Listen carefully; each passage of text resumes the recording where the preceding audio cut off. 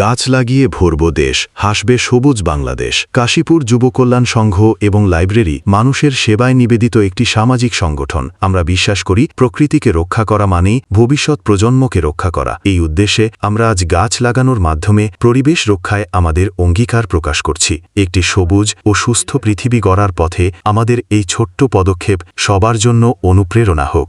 এই উদ্দেশ্যে আমরা গাছ নিতে বাসিদাপুর বাজারে গেছিলাম বিসমিল্লা নার্সারিতে। গাছ বাছাইয়ের সময় আমরা বিশেষভাবে ফলের গাছকে প্রাধান্য দিই।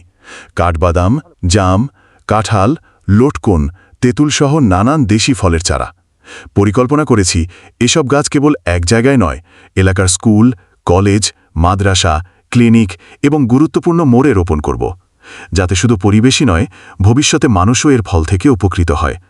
আমাদের আশা, একদিন এই গাছগুলো ছায়া দেবে, ফল দেবে, আর প্রমাণ হয়ে থাকবে যে ভালোবাসা এবং যত্ন দিয়ে গড়া কাজ কখনো বৃথা যায় না। প্রথমেই আমরা কাশীপুর মাধ্যমিক বিদ্যালয়ের প্রধান শিক্ষককে নিয়ে গাছ রোপণ করি। এরপর কাশীপুর সরকারি প্রাথমিক বিদ্যালয়ের প্রধান শিক্ষক সাথে থেকে আমরা গাছ লাগাই। তারপর কাশীপুর বাজারের সভাপতির অনুমতি নিয়ে বাজারের দুই প্রান্তে গাছ রোপণ করি। তারা সবাই আমাদের কাজে আন্তরিকভাবে সহায়তা করেছেন। এরপর আমরা স্থানীয় ক্লিনিকে গাছ লাগাই। তারপর হাফেজি মাদ্রাসা এবং ইসলামিক ফাউন্ডেশন মাদ্রাসায় গাছ রোপণ করি। পাশাপাশি এলাকার বিভিন্ন গুরুত্বপূর্ণ মোড়েও গাছ লাগানো হয়। এখনও কিছু গাছ রোপণ বাকি রয়েছে। ইনশাআল্লাহ অচিরেই সেগুলোও রোপণ করা হবে। আমাদের লক্ষ্য কাশীপুরকে একটি সবুজ, পরিচ্ছন্ন ও সুস্থ এলাকা হিসেবে গড়ে তোলা। আমাদের এই গাছ রোপণ কার্যক্রমে গুরুত্বপূর্ণ ভূমিকা পালন করেছেন স্বেচ্ছাসেবক আরিফুল ইসলাম সুমন, আরিফুজ্জামান আকাশ, তরিকুল ইসলাম জিয়া এবং রাফিকুল ইসলাম। নিজেদের ব্যস্ততার মাঝেও তারা সময় বের করে এই মহৎ কাজে অংশগ্রহণ করেছেন। তাদের প্রতি রইল আন্তরিক কৃতজ্ঞতা, ভালোবাসা ও দোয়া।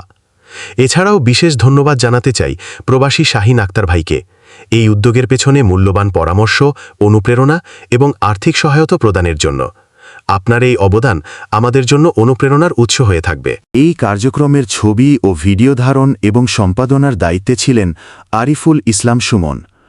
আমার ও আমাদের কথায় বা কাজে কেউ যদি কষ্ট পেয়ে থাকেন, তবে অনুগ্রহ করে ক্ষমার দৃষ্টিতে দেখবেন। আর কোথাও যদি কোনো ভুল চোখে পড়ে, দয়া করে ধরিয়ে দেবেন। ইনশাআল্লাহ আমরা তা সংশোধনের চেষ্টা করব।